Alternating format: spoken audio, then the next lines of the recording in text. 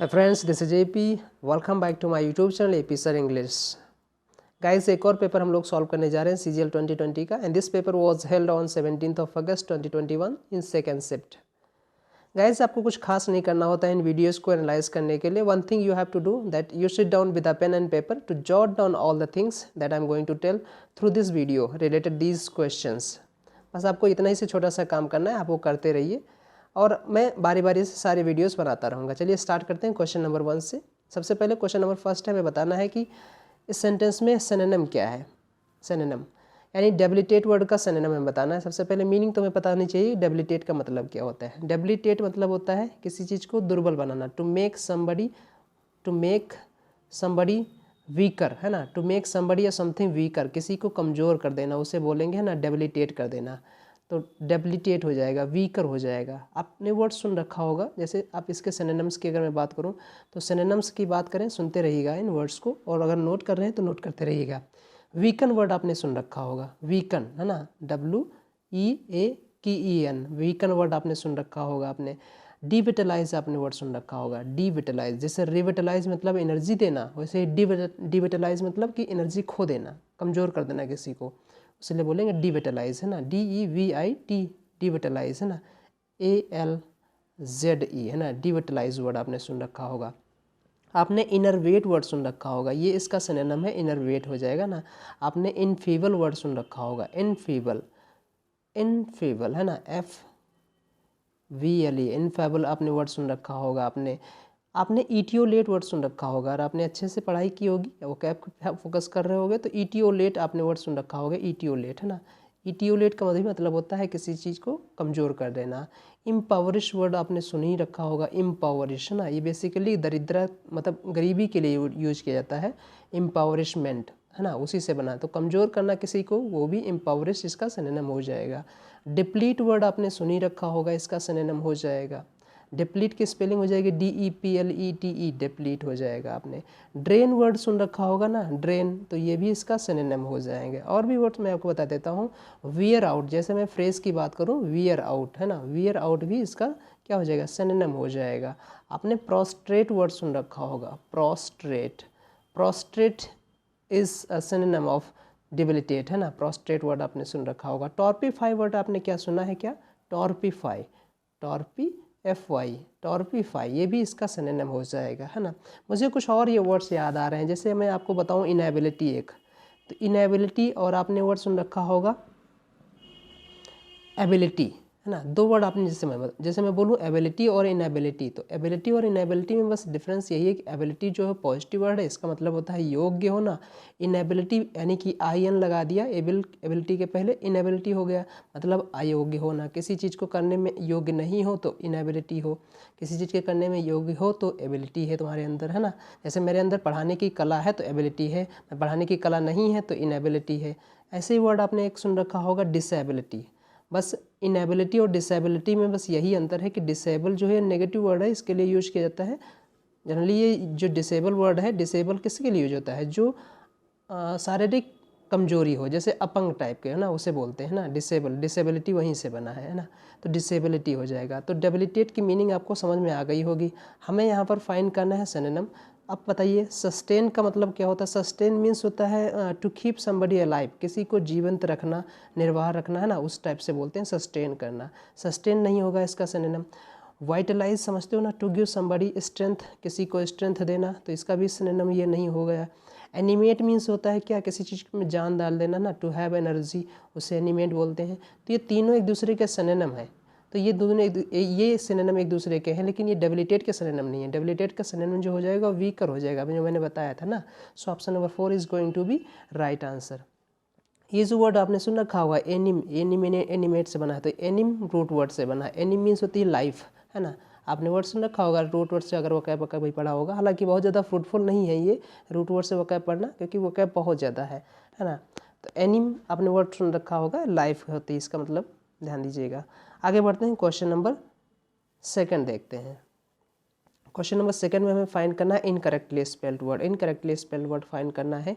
Imagery, imagery की meaning होती है, इसका मतलब होता है ना पिक्चर इन द माइंड, अपने दिमाग में एक पिक्चर क्रिएट कर लेना किसी चीज़ को, जैसे वक़ा पढ़ते समय किसी चीज़ का मीनिंग है तो उसकी पिक्चर क्रिएट कर लेना एकदम, है ना। जैसे में हम लोग ज्योग्राफी जब पढ़ते हैं तो अगर इंडिया का मैप देख रहे हैं तो जैसे मैंने बोला कि यूपी, तो आपके दिमाग में एक पिक्चर क्रिएट हो जाती है, यूपी का ऐसा जो मैप होता है वैसा बन जाता है। जैसे मैं एमपी बोलूँ इस टाइप से, उसे बोलते हैं इमेजरी करना। बिल्कुल सही से स्पेल्ड किया गया है, कोई एरर नहीं है, बिल्कुल सही लिखा है। सिक्योरिटी पार्ट्स ऑफ स्पीच में नाउन है, that means the feeling of state, है नी, the state of feeling safe, the state of feeling safe उसे बोलेंगे सिक्योरिटी, है ना। सेफ होने की जो फीलिंग आती है उसे सिक्योरिटी बोलते हैं। सर्टेन पार्ट्स ऑफ स्पीच में एडजेक्टिव हो सकता है ना, इसका मतलब होता है निश्चित, है ना, श्योर, फॉर श्योर जिसे बोलते हो, है ना, विदाउट एनी डाउट उसे बोलते हैं सर्टेन, पार्ट्स ऑफ स्पीच में है। कैशियर की स्पेलिंग गलत है यहाँ पर, कैशियर की स्पेलिंग जो होनी चाहिए थी वो IER होना चाहिए था यहाँ पर, है ना। क्या होना चाहिए था? IER, CASHIER होना चाहिए था, लेकिन यहाँ पर उन्होंने दे रखा है EIR, बस इतनी छोटी सी एरर है। कैशियर जानते हो हर एक शॉप में होते हैं जो कैशियर कलेक्ट करते हैं ना कैश को, उसे कैशियर बोलते हैं।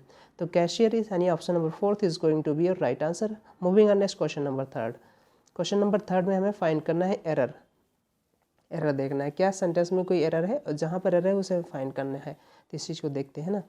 अब देखिए सेंटेंस में कह रहा है कि द कंस्ट्रक्शन ऑफ, अब हमें एक चीज़ हमें बताना कि सेंटेंस में आपको एरर जितनी जल्दी आप कर पाओगे उसके पीछे रीज़न होगा कि आप सेंटेंस को कितने अच्छे तरीके से पढ़ते हो। जैसे मैंने कहा द कंस्ट्रक्शन, हमें पता चल गया सब्जेक्ट क्या है, कंस्ट्रक्शन है। ऑफ प्रिपोजिशन है, इसके बाद जो भी वर्ड आएगा उसका ऑब्जेक्ट हो जाएगा। ऑफ न्यू बिजनेस स्कूल, ये इसका ऑब्जेक्टिव फॉर्म हो गया, ऑब्जेक्टिव केस हो गया ना, ऑब्जेक्ट हो गए किसका, प्रिपोजिशन का। इज लेड, ध्यान दीजिएगा, to a sudden rise of population in our area, यानी अब ध्यान से समझिएगा, ये जो एक्शन हमारा दे रखा है a sudden rise of population in our area, इस चीज़ के पीछे रीज़न क्या है, यानी इस एक्शन को होने के पीछे रीज़न क्या है, तो ये आप कहेंगे ये कंस्ट्रक्शन है, क्योंकि अगर कंस्ट्रक्शन ना हुआ होता तो ये सडन राइज ना हुआ होता। यानी इस चीज़ के होने के पीछे ये है, यानी इस चीज़ का हुआ तभी जब ये एक्शन में हुआ। यानी जो कंस्ट्रक्शन है हमारा, कंस्ट्रक्शन इज़ अ सब्जेक्ट, है ना। अब अगर ये सब्जेक्ट है खुद एक्टिव फॉर्म में से होना चाहिए, क्योंकि अगर सब्जेक्ट दे रखा है यही इस चीज़ के पीछे, यानी ये सडन राइज पॉपुलेशन के पीछे का रीज़न कंस्ट्रक्शन है, तो इसे एक्टिव वेश में होना चाहिए था। लेकिन हमें तो पता है यहाँ पर दिख रहा है कि इज़ लेड दे रखा है, इज़ लेड यानी बी की फॉर्म के बाद वर्ब की थर्ड फॉर्म दे रखी है, और जब भी बी की फॉर्म के साथ वर्ब की थर्ड फॉर्म दे रखी होती है तो वो सेंटेंस हमारा पैसिव वेश में हो जाता है। तो इसे तो होना चाहिए था एक्टिव वेश में, क्योंकि सडन राइज ऑफ पॉपुलेशन मतलब पॉपुलेशन बढ़ने का जो अचानक रीज़न है वो रीज़न क्या है, कंस्ट्रक्शन है, तो एक्टिव वेश में सेंटेंस होना चाहिए था। एक्टिव वेश में होने से हमें ये सही रहेगा सेंटेंस, पैसिव वेश में गलत है। हमें पता है कि जो बी की फॉर्म होती हैं, बी की फॉर्म जैसे इज़ हो गया, एम हो गया, है ना, आर हो गया, वॉज वर हो गया, ऐसे बी बीन हो गया, अगर इनके साथ वर्ब की आईएनजी फॉर्म दे रखी है, अगर इनके साथ वर्ब की आईएनजी फॉर्म दे रखी है तो ये कॉन्टिन्यूस शो करते हैं, है ना। लेकिन अगर इनके साथ वर्ब की थर्ड फॉर्म दे रखी है, किसके साथ, बी की फॉर्म के साथ, है ना, वर्ब की थर्ड फॉर्म दे रखी है, तो ये सेंटेंस जो ये जो सेंटेंस बनाएंगे वो पैसिव बनाएंगे, है ना। ध्यान दीजिएगा, ये पैसिव सेंटेंस बनाएंगे। अब यहाँ पर हमें चाहिए एक्टिव, तो यहाँ पर एक्टिव है तो हमें यहाँ पर क्या करना पड़ेगा। अब एक्टिव में से हम ये नहीं कर सकते हैं इज़ लीडिंग, इज़ लीडिंग क्यों नहीं करेंगे, उसके पीछे भी रीज़न समझ लीजिए। इज़ लीडिंग यहाँ पर हम कॉन्टिन्यूस फॉर्म नहीं रखेंगे, क्योंकि जनरली जो होता है जैसे सडन राइज हो, एब्रप्ट चेंज किसी में हो, तो जनरली वो एक्शन हो चुका होता है, और जो एक्शन हो चुका होता है वो हम परफेक्ट टेंस में रखते हैं, ध्यान रखिएगा, परफेक्ट टेंस में रखते हैं।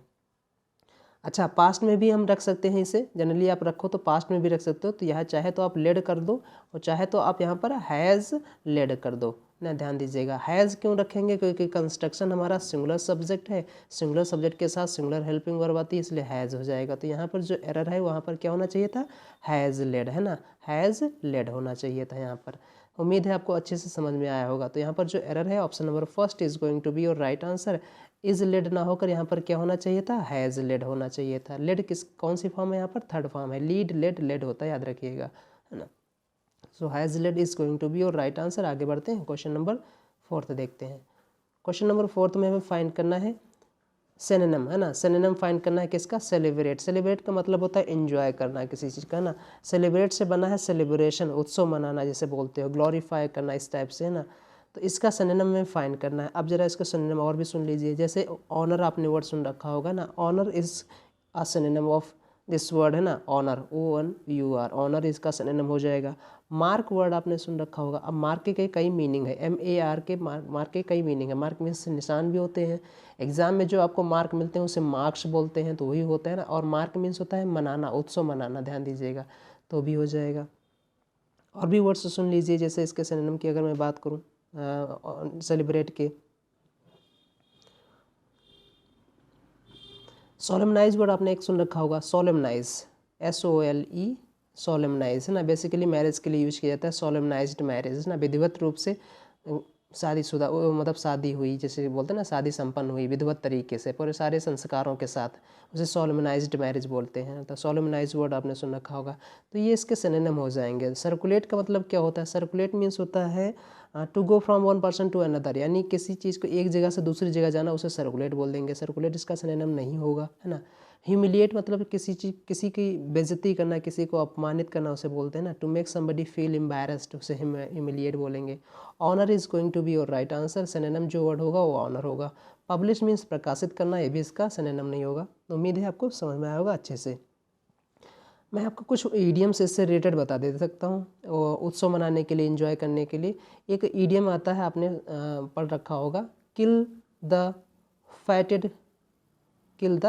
फैटेड कॉफ, COLF है ना, kill the fatted calf, FATTED, fatted calf है ना। किल द फैटेड कॉफ का मतलब होता है इंजॉय करना किसी चीज़ को ना, बेसिकली लैविश फूड के लिए ना बोलते हैं ना, किल द फैटेड कॉफ। ध्यान रखना, इसका भी यूज किया जाता है इंजॉयमेंट के लिए, यानी इंजॉयमेंट के सेंस में हम इस ईडियम का यूज करेंगे। एक और ईडियम आप सुन लीजिए, पेंट द टाउन रेड है ना, पेंट द टाउन रेड, ये भी इंजॉयमेंट के लिए ही यूज किया जाता है, पेंट द टाउन रेड।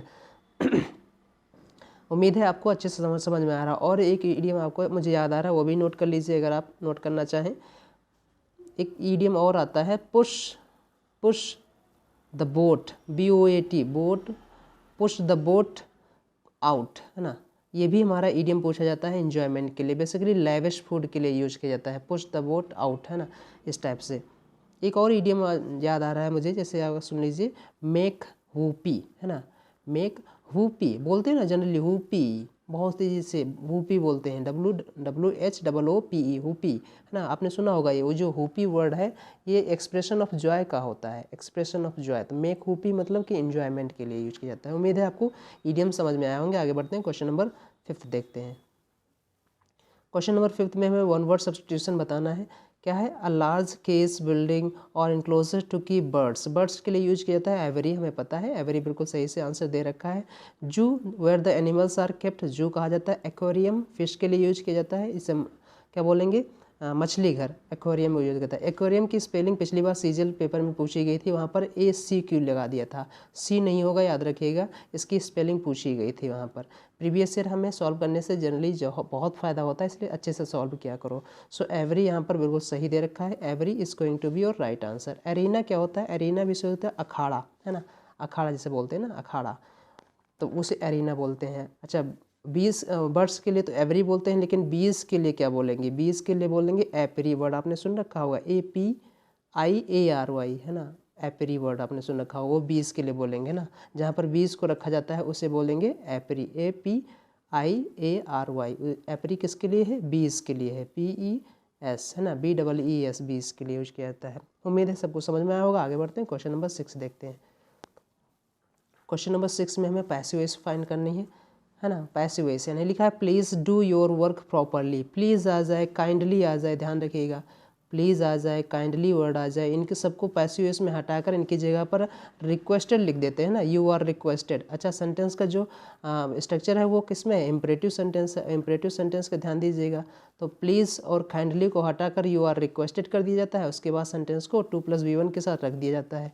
तो देखो, प्लीज़ क्या लिखा है? प्लीज़ और काइंडली को हटाया तो हमने यू आर रिक्वेस्टेड कर दिया, और डू योर वर्क प्रॉपरली को to do your work properly रख दिया। यही हमारा आंसर हो गया ना, यही हमारा बेहतर आंसर हो गया। So option number 2 is going to be your right answer. Can you please नहीं लगाएंगे, क्योंकि हमें बताया ना पैसिव वॉइस में प्लीज़ और काइंडली को हटाकर रिक्वेस्टेड कर दिया जाता है ना। सो ऑप्शन नंबर 1 गलत हो जाएगा।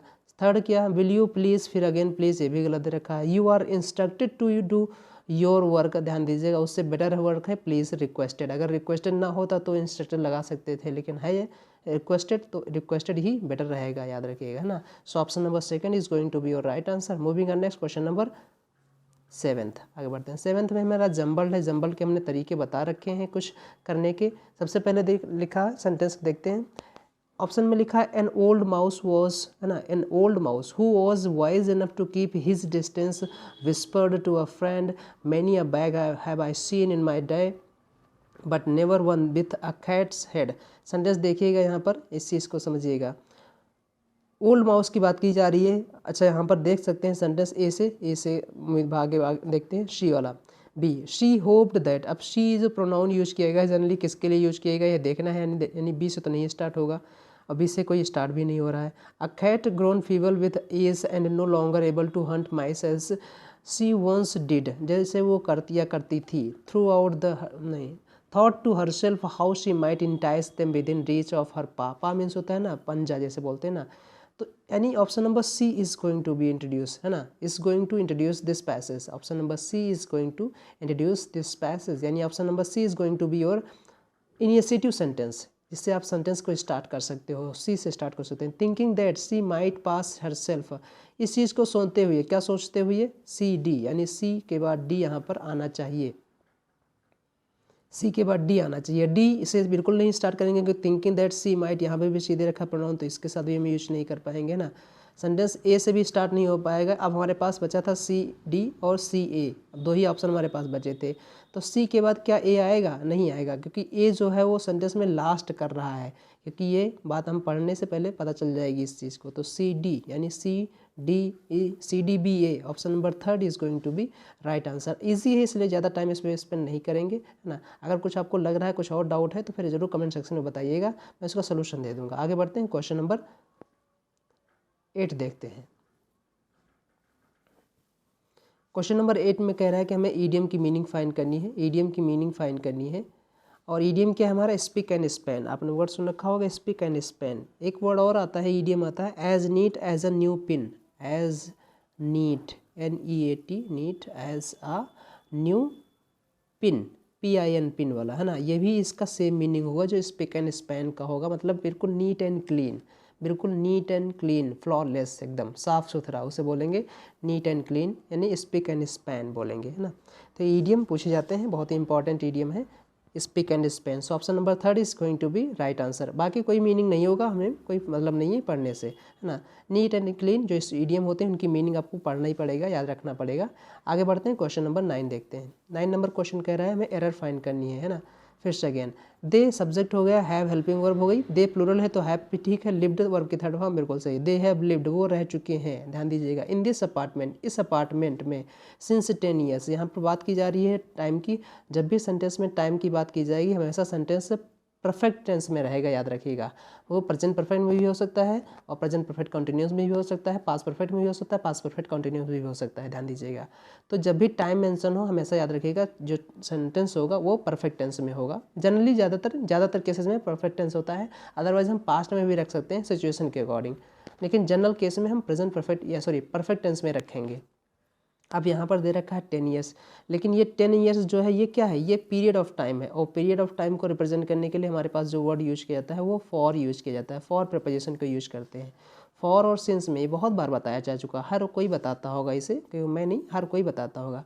सिंस का यूज हम यूज करते हैं जनरली, ध्यान दीजिएगा, used with a point in time, किसी पॉइंट इन टाइम को यूज करने के लिए, हम रेफर करने के लिए सिंस का यूज करेंगे। जैसे मैं बोलूँ since morning, since evening, since noon, since 2 o'clock, since 5 o'clock, मतलब एक फिक्स्ड टाइम देंगे, हम किसी फिक्स्ड टाइम से बताएंगे। जैसे मैं बोलूँ सिंस जनवरी, सिंस फरवरी, सिंस 2021, सिंस 2023, ऐसे में बोलेंगे, मतलब सॉरी 3 नहीं बोलेंगे, सिंस 2019 बोल सकते हैं, सिंस 2015 बोल सकते हैं, या सिंस 1965 बोल सकते हैं। इस टाइप से कोई पॉइंट, कोई निश्चित पॉइंट टाइम के लिए हम लगाते हैं सिंस का यूज। और पीरियड ऑफ टाइम के लिए हम लगाते हैं फॉर का यूज़। जैसे पीरियड, जैसे मैं बोलूँ मैं 2 घंटे से पढ़ रहा हूँ, I have been studying for 2 hours. मैं 3 घंटे से पढ़ रहा हूँ फॉर 3 आवर्स। मैं 5 दिन से मैं पढ़ रहा हूँ फॉर 5 डेज, इस टाइप से ना। लेकिन मैं बोलूँ मैं मंडे से पढ़ रहा हूँ, सिंस मंडे हो जाएगा। मैं ट्यूसडे से पढ़ रहा हूँ, सिंस ट्यूसडे हो जाएगा, याद रखिएगा, है ना। तो सिंस और फॉर में समझ में आ गया। यहाँ पर हम यूज करेंगे सिंस का यूज ना कर यहाँ पर हम फॉर का यूज करेंगे, क्योंकि 10 ईयर्स जो है पीरियड ऑफ टाइम दे रखा है। पीरियड ऑफ टाइम के लिए यूज करेंगे फॉर का यूज। उम्मीद है सबको समझ में आ रहा होगा। आगे बढ़ते हैं, क्वेश्चन नंबर 10 देखते हैं। क्वेश्चन नंबर 10 में हमें इनकरेक्टली फाइंड करना है कौन सा वर्ड इनकरेक्टली स्पेल्ड किया गया है। डिप्रेस्ड जानती हो, बहुत ज़्यादा निराश होना, खिन्न होना, उसे डिप्रेस्ड बोलेंगे। विविडली की स्पेलिंग सही से स्पेल्ड नहीं की गई है, क्योंकि वी आपने वर्ड सुन रखा होगा, इसका मतलब होता है लाइफ, है ना, ध्यान दीजिएगा। तो ये वर्ड होते हैं, और विविडली इसी से बना है, तो ना लाइफ एकदम बहुत ही जीवंत होना, विविडली। तो विविडली की स्पेलिंग जो हो जाएगी VIDLY हो जाएगा ना, DLY, विविडली हो जाएगा। सो 10 नंबर में जो हो जाएगा वो एरर क्या हो जाएगी, VIDLY, विविडली, है ना, विविडली। विविड एक और विविड की भी मीनिंग होती है। विविड का मतलब होता है शाइनिंग, है ना, बहुत ज़्यादा चमकीला, भड़कीला। कपड़े के लिए यूज़ किया जाता है विविड, वो भी यूज़ किया जाता है। जनरली जो ये वर्ड है ये लाइफ के लिए यूज़ किया जाता है, लेकिन कपड़ों के सेंस में भी यूज़ किया जा सकता है, जब उसका मतलब होगा बहुत ज़्यादा शाइनिंग होना, बहुत ज़्यादा चमकीले होना, भड़कीले होना, उस टाइप से विविड होना, है ना। तो विविडली वर्ड आपने सही से सुन रखा होगा। पाइटी बहुत ही अच्छा वर्ड है। पाइटी इसी से मिलता जुलता एक वर्ड आपने सुन रखा होगा, पायस, है ना। पायस होना बहुत ज़्यादा ना, मतलब पुजारी टाइप का होना, बहुत ज़्यादा डीप रिस्पेक्ट होना गॉड के लिए, रिलीजन के लिए, डिवोशन होना बहुत ज़्यादा, उसे पायस बोलेंगे। और उसी से मिलता जुलता सेम वर्ड है पाइटी। पाइटी मतलब पता ना, बिल्कुल डिवोशन टाइप का, डीप रिस्पेक्ट हो जिसमें, उसे पाइटी बोलेंगे। सॉवरेंटी वर्ड आपने सुना होगा, सॉवरेन, है ना। सॉवरेन वर्ड सुना है ना, sovereign. India is a sovereign country. India जो है वो संप्रभु देश है। संप्रभु देश मतलब कि अपनी इसकी खुद की सब सीमाएं हैं, सब कुछ अपना काम करने का तरीका है। किसी दूसरे देश पर कोई इंस्ट्रक्शन इसे नहीं कर सकता है कि आप ऐसे करिए, तो उसे सॉवरेन कंट्री बोलेंगे। तो India is a sovereign country, constitution में लिखा है। सॉवरेंटी मतलब होता है ना संप्रभुता, और सॉवरेन मतलब होता है संप्रभु। सो सही से स्पेल्ड किया गया है। बहुत बार ये वर्ड पूछा गया है मिस स्पेल्ड में, इसे ज़रूर नोट डाउन कर लीजिएगा। सॉवरेंटी कई बार पूछा गया है। कैसे पूछा गया है, एन के साथ यहाँ पर आई लगा देंगे, NITY, वही गलत हो जाएगा, ये चीज़ याद रखिएगा, है ना, नोट डाउन कर लीजिएगा। तो सॉवरेंटी मतलब होता है ना संप्रभुता, और सॉवरेन मतलब संप्रभु। आगे बढ़ते हैं, क्वेश्चन नंबर 11 देखते हैं। 11 में लिखा है हमें यहाँ पर फाइंड करना है नरेशन स्पीच में। I'll see you later she said, I'll see you later she said। हमें पता आई विल जो दे रखा है, ये आई विल यानी आई और विल का कॉन्ट्रैक्शन फॉर्म दे रखा है। अब हमें पता है ना नरेशन में इंडायरेक्ट बनाते समय विल का वुड में चेंज हो जाता है, ये बात हमें पता है इस चीज़ को, है ना। विल का जो है वो वुड में चेंज हो जाता है। अगर वुड में चेंज हो रहा है तो हमें देखना पड़ेगा। देखो इन्होंने बिल रखा है, यानी ये भी गलत, ये भी गलत है। इन्होंने लिखा she said that she would be seeing me later, ये गलत हो जाएगा ना।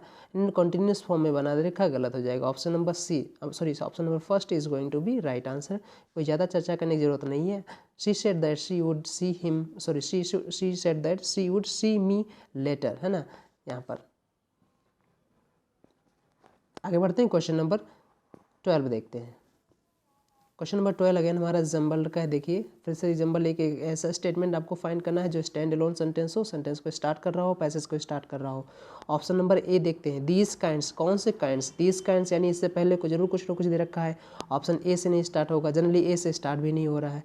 लिखा है they use a method called buccal pumping, है ना, ध्यान दीजिएगा। दे यूज़, अब दे जो आया है प्रोनाउन, ये किसके लिए आया है, जाहिर सी बात अगर पढ़ना पड़ेगा। अगर इसका कोई नाउन आया है तो ये इससे स्टार्ट नहीं करेगा, अगर कोई नाउन नहीं आया है तो हम स्टार्ट कर सकते हैं। अब ये हमें देखना पड़ेगा, बी को रिजर्व रखना है। सी देखते हैं, इट इज़ ट्रू, क्या सही है, दैट मैनी टाइप्स ऑफ, अब देखो मैनी टाइप्स ऑफ, कौन सा टाइप, इससे पहले कुछ बताया होगा ना, तो ये भी हमारा नहीं स्टार्ट होगा क्या, देखते हैं क्या इससे स्टार्ट नहीं होगा। हाँ हो सकता है, इट इज़ ट्रू दैट। अच्छा ये इट से हमें देख रहा था यहाँ पर, इट से स्टार्ट हो सकता है। इट से स्टार्ट आप कर सकते हो कब तक, जब तक आप ये ना समझ में आया हो कि ये इट जो है प्रोनाउन के रूप में यूज किया गया है या नाउन के रूप में। अगर ये प्रोनाउन के रूप में यूज किया गया होगा तो स्टार्ट नहीं कर पाओगे। लेकिन अगर ये खुद हमारा अपना सब्जेक्ट बन रहा होगा, है ना, प्रोनाउन तभी होता है लेकिन खुद ही अपना सब्जेक्ट बन रहा होगा, तब ये इंट्रोडक्टरी सब्जेक्ट कहा जाता है। ये तब इंट्रोडक्टरी सब्जेक्ट कहा जाता है। अगर ये तब तो सेंटेंस स्टार्ट कर सकते हैं, बिल्कुल सी से स्टार्ट कर सकते हैं। तो अब हमें पता है डी लिखा है अदर टाइप्स ऑफ, अब अदर टाइप्स ऑफ यानी कौन से टाइप्स ऑफ, तो ये भी हम नहीं यूज़ कर पाएंगे, ध्यान दीजिएगा, ये भी हम नहीं यूज़ कर पाएंगे। तो अब देखिए यहाँ पर जैसे बहुत ना अदर टाइप आ जाए इस टाइप से, तो ये भी नहीं यूज करेंगे, यानी डी से भी स्टार्ट नहीं होगा, तो डी से भी स्टार्ट नहीं होगा और बी से भी स्टार्ट नहीं होगा, दे से, तो हमारे पास बचा सी, सी। अब सी से स्टार्ट करेंगे, अब दिखाना हमें कि देखना है कि सी के बाद कौन सा आएगा। It is true that many types of shark must keep moving in order to receive life-giving oxygen from the water passing through their gills, है ना। इस ये सही है, ये सच है। क्या सच है, इस चीज़ को लेकर बताया गया है। फिर बताया गया कि these kinds of shark, यही शार्क की बात की जा रही है, these kinds of shark, यानी C और A is a pair, है ना। और C A पेयर किसमें है, ध्यान दीजिएगा, C A पेयर इसमें भी नहीं है, यही हमारे पास ऑप्शन, ये तो गलत हो ही गए थे, ये इसमें भी नहीं है, इसमें डी ए और इसमें सी ए, यानी option number 4 is going to be right answer. कुछ ज़्यादा खास देखना नहीं है, अगर आपको मैच करना है तो मैच कर लीजिएगा। आगे बढ़ते हैं, क्वेश्चन नंबर 13 देखते हैं। क्वेश्चन नंबर 13 में कह रहा है कि यहाँ पर हमें फाइंड करना है द फर्नीचर। देखिए सेंटेंस लिखा है द फर्नीचर, यानी हमें पता है ना फर्नीचर जो है ये क्या है, एक आप बोल सकते हो कॉन्सेप्ट है ना किसी चीज़ों को रिप्रेजेंट करने के लिए, और ये हमेशा सिंगुलर रहता है, हमेशा ये सिंगुलर रहता है, यानी फर्नीचर्स कोई वर्ड नहीं होता है, ये बात रखिएगा। अगर हमारा सब्जेक्ट सिंगुलर है तो वर्ब भी सिंगुलर आनी चाहिए, बिल्कुल। अब यहाँ पर हमें देखना है कि इस जो है दे रखा है, रेडी भी दे रखा है। अब रेडी क्या है, जनरल पार्ट्स ऑफ स्पीच में रेडी जो है वो एडजेक्टिव है। एडजेक्टिव जो होते हैं याद रखिएगा कॉम्प्लीमेंट बनने का काम करते हैं। इससे पहले जो बैठा वर्ड है वो इज़, ये बी की फॉर्म है। जब बी की फॉर्म होती है और लिंकिंग वर्ब बन जाती है, यानी जब बी की फॉर्म मेन वर्ब बनने का काम करे तो वो लिंकिंग वर्ब कही जाती है, बात पता है आपको। बी की फॉर्म जब मेन वर्ब बनने का काम करेगी तो वो लिंकिंग वर्ब कही जाती है, लिंकिंग वर्ब। और लिंकिंग वर्ब हमेशा अपने बाद कॉम्प्लीमेंट लेती है, याद रखिएगा। कॉम्प्लीमेंट हमारे एडजेक्टिव नाउन कुछ भी हो सकते हैं, तो यहाँ पर रेडी जो है वो एडजेक्टिव है, बिल्कुल सही है। द फर्नीचर बिल्कुल सही है, the furniture is ready to be delivered. Furniture जो है वो एकदम तैयार है डिलीवर्ड होने के लिए, यानी पहुँचाए जाने के लिए। अब हमारे पास ऑप्शन देखते हैं क्योंकि इम्प्रूवमेंट का है ना। ऑप्शन में दे रखा हैज़। अब हैज़ हेल्पिंग वर्ब है, अगर मैं इसे हेल्पिंग वर्ब मानूँ तो इसके साथ मेन वर्ब देनी पड़ेगी। मेन वर्ब यहाँ पर होना चाहिए था इसकी बिन, है ना, हैज़ बिन, तभी तो बात बन पाती, क्योंकि रेडी जो है वो एडजेक्टिव है, इसकी मेन वर्ब नहीं हो सकती। रेडी एडजेक्टिव है, मेन वर्ब नहीं हो सकता है। तो हैज़ अगर मैं हेल्पिंग वर्ब मानूँ तो इसके साथ मेन वर्ब बीन देना पड़ेगा। और अगर मैं इसे पोजीशन के केस में मानूँ तो रेडी एडजेक्टिव है जो कि नहीं हो सकता इसका पोजीशन, तो यानी ये कुल मिला के गलत हो गया। उम्मीद है समझ में आ रहा हो, थोड़ा सा टिपिकल है ये मैं जो बता रहा हूँ, क्योंकि ये टेक्निकल है। आर बिल्कुल भी नहीं होगा क्योंकि फर्नीचर सिंगुलर हो जाता है, ये सिंगुलर ही रहेगा, आर नहीं यूज किया जाएगा। अच्छा, आर बीइंग का भी कोई सेंस नहीं, इसलिए जो लिखा है बिल्कुल 100% सही है। The furniture is ready to be delivered. हर एक पार्ट को मैंने बता दिया है कौन सा पार्ट क्या रिप्रेजेंट कर रहा है, ध्यान दीजिएगा। आगे बढ़ते हैं, क्वेश्चन नंबर 14 देखते हैं। 14 नंबर में क्वेश्चन कह रहा है कि सम पैचेज। पैचेज समझते हो क्या होता है? पैचेज मीन्स होते हैं बेसिकली, अगर अपनी लैंग्वेज में बोलूँ, हिंदी देहाती लैंग्वेज में, तो चकतियाँ बोलते हो ना। जैसे रोड पे बहुत ज़्यादा चकतियाँ रख देते हैं ना, रोड बहुत ही उबड़ खाबड़ है। अच्छा, रोड को उबड़ खाबड़ बोलने के लिए उसे बोलते हैं डायलापिडेटेड। डायलापिडेटेड रोड, है ना, डायलापिडेटेड, उसे उबड़ खाबड़ बोलते हैं ना, बिल्कुल गड्ढों वाली। तो जो रोड को उबड़ खाबड़ जो नहीं होती है उसको गड्ढे मुक्त करते हैं। गड्ढे मुक्त, जैसे इस समय कैंपेन चल रहा है गवर्नमेंट का, सेंट्रल गवर्नमेंट का गड्ढा मुक्त कैंपेन चल रहा है रोड के लिए, तो वो पैचेज डाल दे रहे हैं। पैचेज मतलब चकतियाँ डाल रहे हैं ना, उन्हें सही कर रहे हैं, तो उसे बोलते हैं पैचेज। पैचेज मीन्स होता है a part of something, surface का कोई हिस्सा, उसे बोल देंगे पैचेज। अब देखो पैचेज जो है हमारा वो प्लूरल है, सब्जेक्ट हमारा प्लूरल है, तो वर्ब कैसी आएगी, प्लूरल आएगी, बात याद रखिएगा। इसलिए हेल्पिंग वर्ब हैव प्लूरल है ना। Have a rich cover of grass now, यहाँ पर जो है वर्ड आएगा वो ये हमें देखना है। Some patches of the garden have a rich cover of grass now. कैसा गार्डन, गार्डन नाउन है, इसके पहले कोई एडजेक्टिव ही आएगा। अब हमें वर्ड पते मीनिंग पता होने चाहिए। स्प्रॉलिंग का मतलब होता है ना स्प्रेड आउट, स्प्रेड आउट फैला हुआ, उसे स्प्रॉलिंग बोलेंगे। एक वर्ड यहाँ पर दे रखा है स्लाउचिंग। स्लाउचिंग मतलब स्लाउच, SLOUCH। स्लाउच का मतलब होता है ना बहुत ही जैसे झुके झुके चलना, सर झुका के चलना, उसे बोलते हैं स्लाउचिंग करना। सुस्ती से, बहुत ही मतलब बोलते ढीले मन से, एकदम सर झुकाए हुए, कंधे गिराए हुए ऐसे ऐसे जा रहा है, उसे बोलते हैं स्लाउचिंग करना, सुस्ती से चलना, उसे स्लाउचिंग बोलेंगे। स्ट्रेचिंग क्या होता है, बॉडी स्ट्रेचिंग करते हो, मॉर्निंग में उठने के बाद बॉडी को स्ट्रेच करते हो, खींचते हो, उसे स्ट्रेचिंग बोलते हैं ना, खींचना फैलाना, उसे स्ट्रेचिंग बोलते हैं। स्ट्रोकिंग मतलब प्रहार करना होता है, थपथपाना भी होता है ना, ऐसे स्मूथ मूवमेंट में स्ट्रोकिंग करना उसे भी बोलते हैं। सो हमारे पास ये तीन वर्ड नहीं हो रहेंगे। स्प्रॉलिंग यानी इसका मतलब होता है फैलाव, है ना, विस्तृत एरिया जिसे बोलते हैं ना, बहुत ही स्प्रेड आउट। तो सम पैचेज ऑफ स्प्रॉलिंग गार्डन, है ना, जो बहुत बड़ा गार्डन है, बहुत बड़ा जो गार्डन है, बहुत लॉन्ग एरिया में फैला हुआ है, उसके कुछ हिस्से, उसके कुछ पैसेज क्या है, have a rich cover of grass now, उन पे क्या है, अच्छी अच्छी मतलब घास उगाई है, ये मीनिंग कह रहा है। तो यहाँ पर क्या हो जाएगा, स्प्रॉलिंग हो जाएगा। Option number first is going to be right answer. आपको बढ़ते हैं क्वेश्चन नंबर 15 देखते हैं। गो इजी ऑन समथिंग, यानी हमें यहाँ पर ईडियम की मीनिंग बतानी है। गो इजी ऑन समथिंग, इस ईडियम की दो मीनिंग है, हम लोगों ने एसटी में सॉल्व किया है। ये एसटी हम लोग सॉल्व कर रहे थे 2020 में हम लोग सॉल्व कर रहे थे। 20 में हम लोग एसटी जो सॉल्व किए थे उस समय ये पेपर उसके बाद ये हुआ था। 20 में हम लोग इसका सॉल्व किए थे एसटी को, और उसमें क्या, उसमें एक ईडियम आया था, वो एसटी हमारे पास अभी भी है। गो इजी ऑन समथिंग, इसके दो मीनिंग होते हैं, याद रखिएगा। गो इजी ऑन समथिंग, इसके दो मीनिंग होते हैं। एक तो पहला इसका जो प्योर मीनिंग है टू बी लीनियंट, है ना, एक प्योर मीनिंग इसकी है to be lenient with somebody, to be lenient LIENT lenient with somebody, किसी के साथ बहुत ज़्यादा उदार होना, है ना, समवन, है ना। ध्यान दीजिएगा, मैं फिर से बोल दे रहा हूँ। गो इजी ऑन समथिंग के दो मीनिंग है। एक तो पहला हो जाएगा to be lenient with somebody या समवन, है ना, to be lenient with somebody, है ना, एक तो ये मीनिंग हो जाएगी।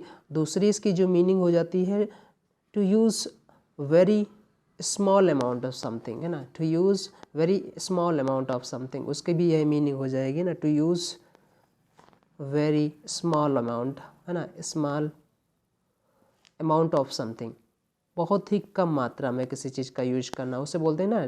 तो क्या हो जाएगा, ऑप्शन नंबर थर्ड इसकी मीनिंग दे रखी है, क्योंकि पहले वाली जो मैंने मीनिंग बताई वो तो इसमें कहीं नहीं दे रखी है। सो ऑप्शन नंबर थर्ड, यानी सेकंड वाली जो मीनिंग मैंने बताई है वो इसकी दे रखी है सेकंड थर्ड में ऑप्शन में। So option number third is going to be right answer. याद रखिएगा, ये ईडियम इंपॉर्टेंट है, और इसकी जो पहली मीनिंग और दूसरी मीनिंग, ये दोनों मीनिंग आती रहती हैं, कई बार पूछी गई हैं, दोनों मीनिंग एग्जाम में पूछी गई हैं। पहली भी पूछी गई है और ये दूसरी देखो इस बार भी पूछी गई है, तो ये इंपॉर्टेंट है, इसे नोट कर लीजिएगा। आगे बढ़ते हैं, क्वेश्चन नंबर 16 बढ़ते हैं।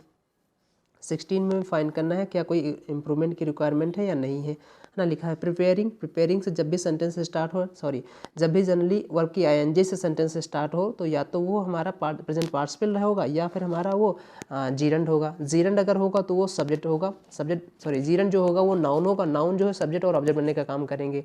अब ये यहाँ पर सब्जेक्ट बनने का काम करेगा, और जनरली जो जीरंड होते हैं, जो वर्ब की ING फॉर्म होते हैं, ये हमेशा सिंगुलर कंसिडर किए जाते हैं। ध्यान दीजिएगा, जैसे मैं बोलूँ वॉकिंग इज़, अब वॉकिंग आर नहीं बोलते, walking is good for health, है ना, इस टाइप से बोलते हैं ना। वॉकिंग जीरंड है, तो जीरंड सेंटेंस में नाउन को रिप्रेजेंट करने का काम करते हैं। और नाउन आपको बारे में पता है ना, नाउन के बारे में आपको पता है कि नाउन जो है सब्जेक्ट और ऑब्जेक्ट बनने का दोनों का काम कर सकते हैं। तो जीरंड यहाँ पर प्रिपेयरिंग है, प्रिपेयरिंग चिल्ड्रन फॉर अनसर्टेनिटीज़, है ना। अनसर्टेनिटीज़ मतलब अनिश्चितताओं के बारे में, तो बच्चों को अनिश्चितताओं के बारे में तैयार करना, है ना। प्रिपेयरिंग हमारा जीरंड है, इसी की वर्ब है ये कीप्स, इसलिए कीप्स दे रखा है। क्यों कीप्स दे रखा है यहाँ पर, क्योंकि जो जीरंड है प्रिपेयरिंग है ये हमारी सिंगुलर नाउन है, नाउन जो है ये सिंगुलर हमेशा रहेगा, है ना। जो जीरंड होते हैं वो हमेशा सिंगुलर ही होते हैं, और जो सब्जेक्ट सिंगुलर है तो वर्ब भी सिंगुलर होगी। कोई वर्ब सिंगुलर तभी होती है जब उसके लास्ट में एस लगा हो, है ना, इसलिए कीप्स बिल्कुल सही दे रखा है। देम जो आया है वो एक्चुअल में किसके लिए आया है, इन चिल्ड्रन के लिए आया है ना। किसको, कीप्स देम इन रेडीनेस मतलब है ना तत्परता, यानी मुस्तैद रखना, एकदम मुस्तैद रखना, तैयार रखना, इस टाइप से। तो preparing children for uncertainties keeps them in readiness to face challenges, बिल्कुल सही सेंटेंस लिखा रखा है। बाकी ऑप्शन देख लेते हैं। कीप देम, कीप तो बिल्कुल भी नहीं होगा, क्योंकि यहाँ पर प्रिपेयरिंग जो है हमारा जीरंड फॉर्म है, सब्जेक्ट सिंगुलर है, तो इसलिए कीप्स होना चाहिए था, पहला ऑप्शन गलत हो जाएगा।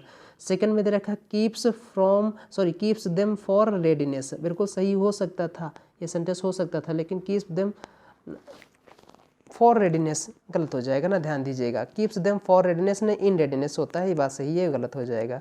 प्रिपरेशन से गलत हो जाएगा। कीप देम, ये भी तो हमारा वर्ब से गलत हो गया। कीप देम रेडी सही हो सकता था, कीप्स देम रेडी अगर होता तब, है ना, कीप्स देम रेडी होता तो फोर्थ ऑप्शन भी सही हो सकता था। कब, जब ये कीप्स देम रेडी होता। तो ऑप्शन नंबर सेकंड, यानी कोई इंप्रूवमेंट की रिक्वायरमेंट नहीं है। जो सेंटेंस जो लिख रखा है वो 100% शुद्ध लिख रखा है, सही लिख रखा है, कोई इंप्रूवमेंट की रिक्वायरमेंट नहीं है यहाँ पर। और जो इंप्रूवमेंट वाले ऑप्शन दे रखे हैं वो सारे के सारे रॉन्ग हैं, या तो ग्रामर से रॉन्ग है, या फिर प्रेपोजिशन की वजह से रॉन्ग है, या लॉजिक की वजह से रॉन्ग है। आगे बढ़ते हैं, क्वेश्चन नंबर 18 देखते हैं, 17 देखते हैं, सॉरी 17 में हमें फाइंड करना है एंटेनिम। एंटेनिम किसका? ऑगमेंट का। ऑगमेंट वर्ड आपने सुन रखा होगा, बेसिकली ये ट्रेन के लिए यूज किया जाता है। ट्रेन में जब कोचेज बढ़ाए जाते हैं ना, डिब्बे जब बढ़ाए जाते हैं उसके लिए यूज किए जाते हैं। तो कोचेज आर ऑगमेंटेड, है ना, बढ़ाए गए हैं तो उसे बोलते हैं ऑगमेंट करना, है ना। तो ऑगमेंट याद नहीं है, किसी चीज़ को बढ़ाना, इंक्रीज करना, ऑगमेंट करना।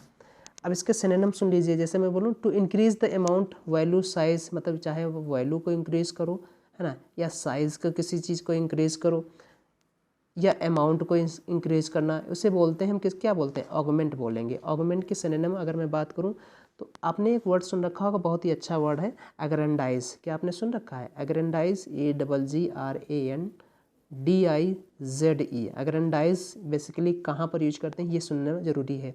एग्रेंडाइज का यूज़ हम किसी की शक्ति को बढ़ाने के लिए यूज़ करते हैं। कौन सी पावर? जैसे मैं बोलूँ मैं कोई मिनिस्टर हूँ और मेरी और पावर बढ़ा दी गई है। मैंने यानी कि मुझे ये भी कॉन्स्टिट्यूंसी दे दी गई है, वो भी कॉन्स्टिट्यूंसी दे दी गई, या फिर कोई और मंत्रालय दे दिया गया, उसकी मेरी क्षमता बढ़ा देना, उसे बोलते हैं एग्रेंडाइज करना, है ना। जैसे कोई CEO है, कोई मैनेजर है, उसे और भी ज़्यादा जिम्मेदारी सौंप देना, उसकी कार्यशक्ति बढ़ा देना, उसकी शक्ति बढ़ा देना, उसकी पावर बढ़ा देना, है ना, उसे बोलते हैं एग्रेंडाइज करना। याद रखिएगा, बहुत ही अच्छा वर्ड है, इसे यूज़ करना, एग्जाम में पूछा गया कई बार। एग्रेंडाइज करना कितना अच्छा लगता है बोले में, एग्रेंडाइज, है ना। एग्रेंडाइज, AGGRANDIZE, एग्रेंडाइज हो जाएगा। एस्केलेट वर्ड आपने सुन रखा होगा, बहुत ही पुराना वर्ड है। देखिए, जैसे एस्केलेट में बोलूँ या एक्सटेंड बोलूँ, मैं इंक्रीज बोलूँ, इनलार्ज बोलूँ, बूस्ट बोलूँ, ये जो वर्ड है हर एक जो स्टूडेंट है ना, जो तैयार करने वाला लड़का है, तैयारी करने वाला लड़का है, वो सबको पता है, लड़का लड़की जो भी है सबको पता है। आपको कुछ अलग करने के लिए कुछ अलग करना होगा। तो जैसे एग्रेंडाइज वर्ड आ जाए, है ना, इस टाइप से पंप अप वर्ड आ जाए आपके, है ना, इस टाइप से आपको वर्ड याद रखने पड़ेंगे। तो कुछ इडियम्स हैं, कुछ वर्ड्स हैं, मैं बता देता हूँ। एक तो एग्रेंडाइज मैंने बोल ही दिया। स्केलेट वर्ड आपने सुन ही रखा होगा, है ना, EC, है ना, स्केलेट।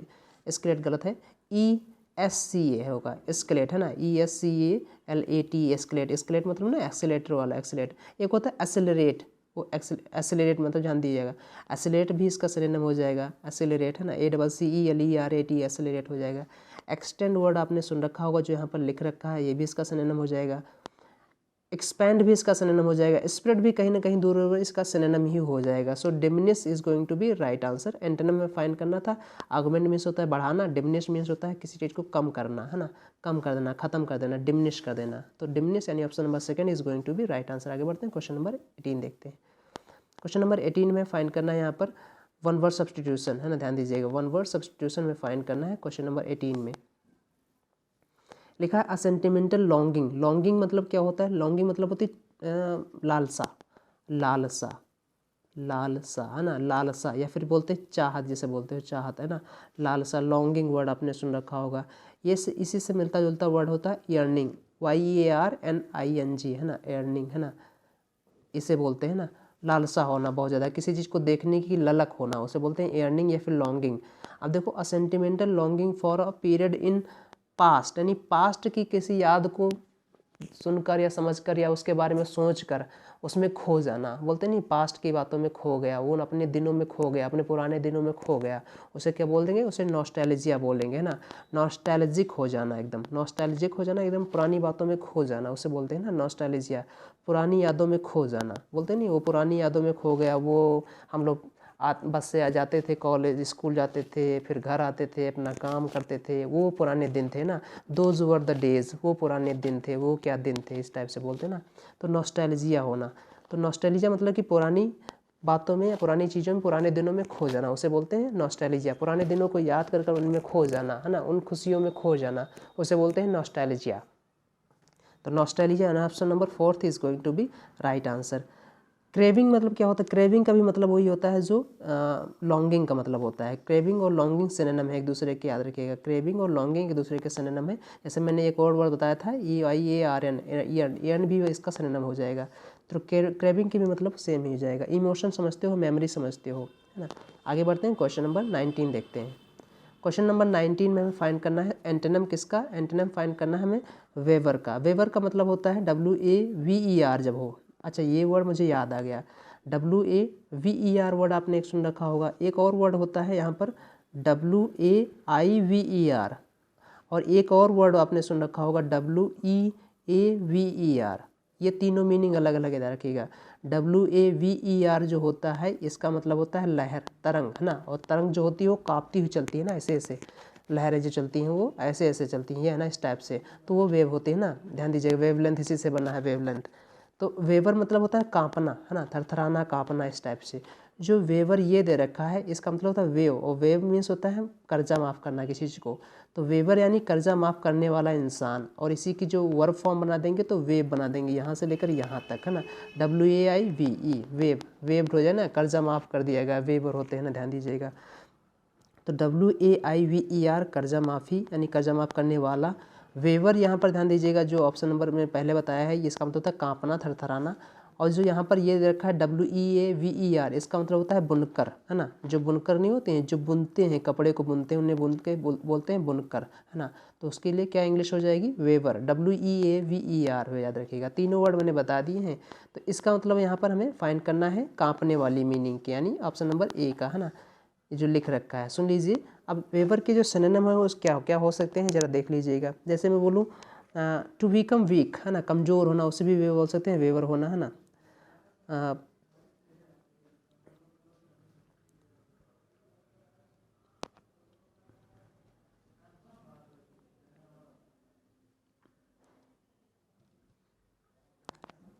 डिदर भी हो सकता है, इसका सिनोनिम हो जाएगा। अब देखिए ऑप्शन नंबर स्वय दे रखा है। अब स्वय का मतलब क्या होता है, स्वय का मतलब होता है झूमना, है ना, बहुत ही मस्ती में झूमना स्वय होता है। टिल्ट का मतलब क्या होता है, टिल्ट मीन्स होता है तिरछा, तो टिल्ट तिरछा हो जाएगा।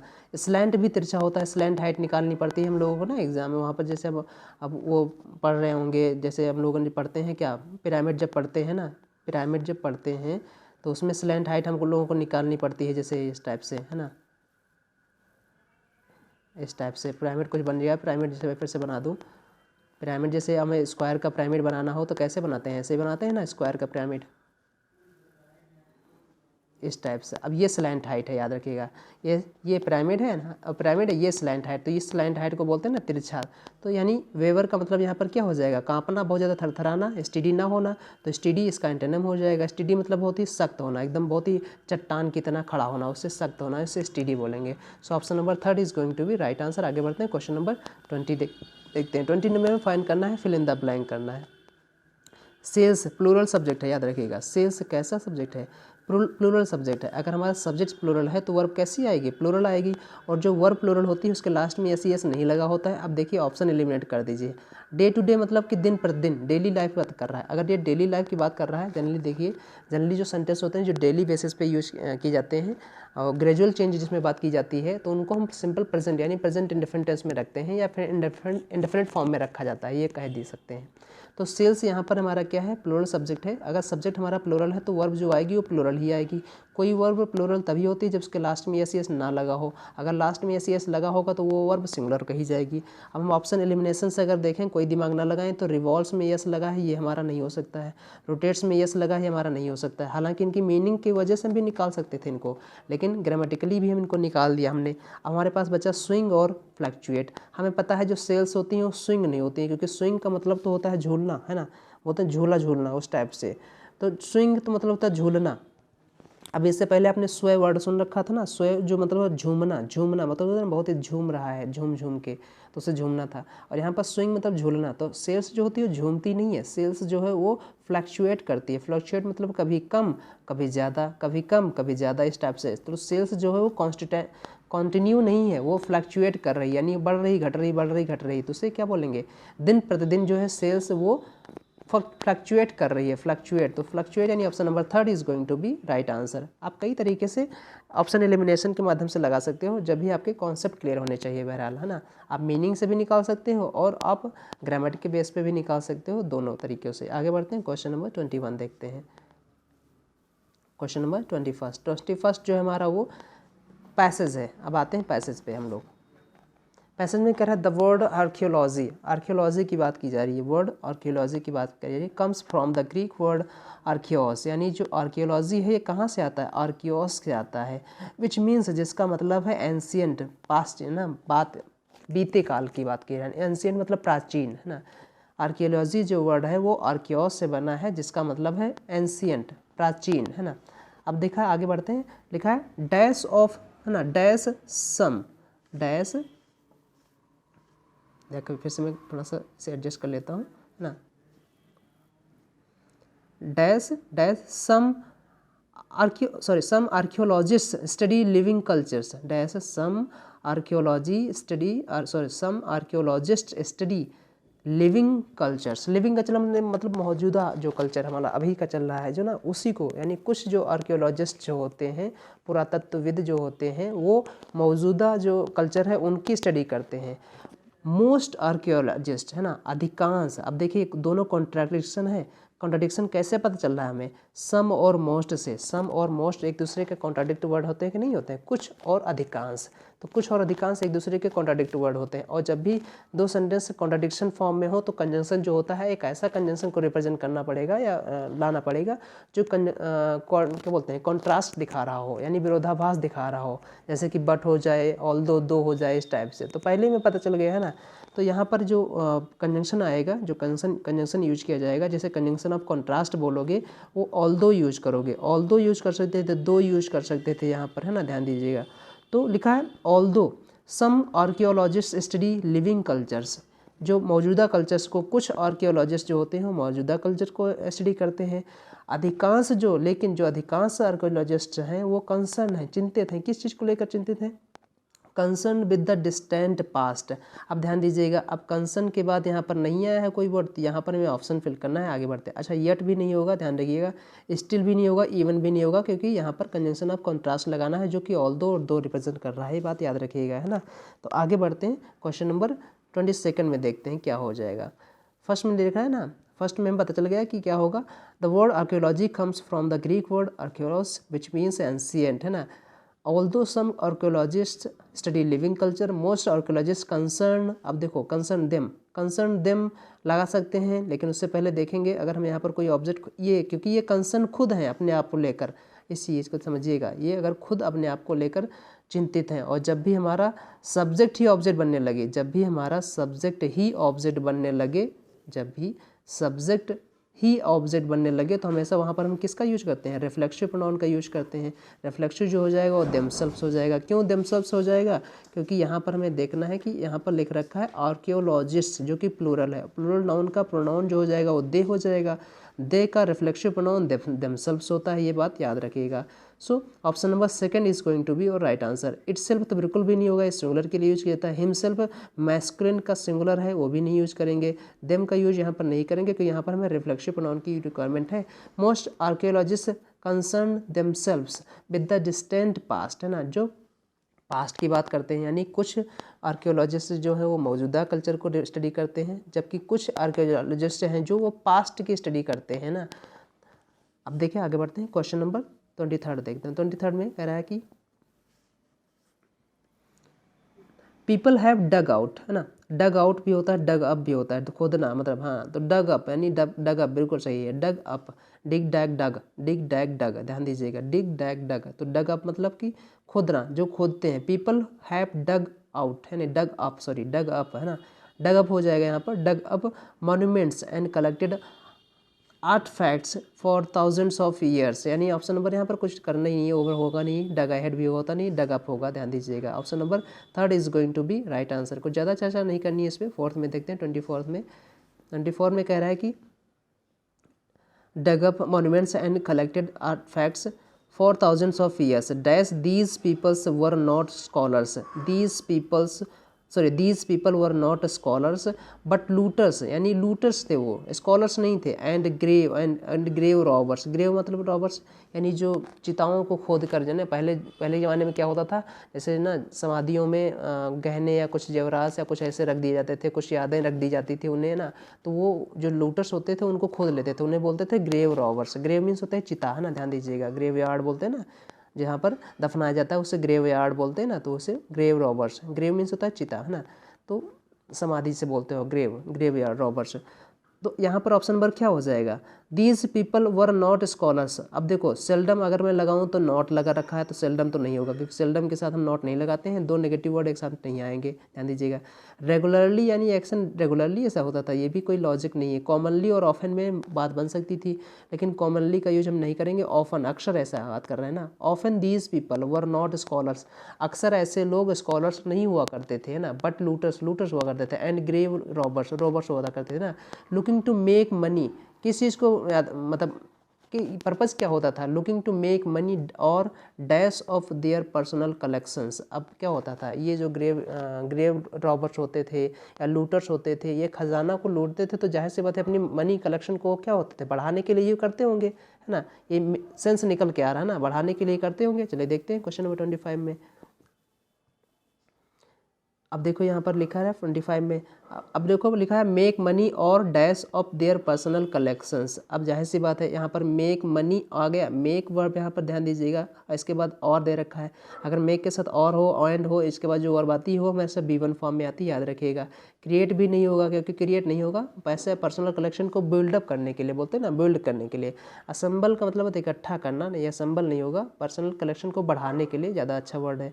कंस्ट्रक्ट तो बेसिकली बिल्डिंग के केस में किया जाता है, नहीं होगा। असेंबल भी नहीं होगा, option number second is going to be right answer हो जाएगा। So with this we have come to an end, हमने एक पेपर सॉल्व कर लिया। अगले वीडियो में मिलते हैं अगले पेपर के साथ। Till then bye bye, take care, है ना।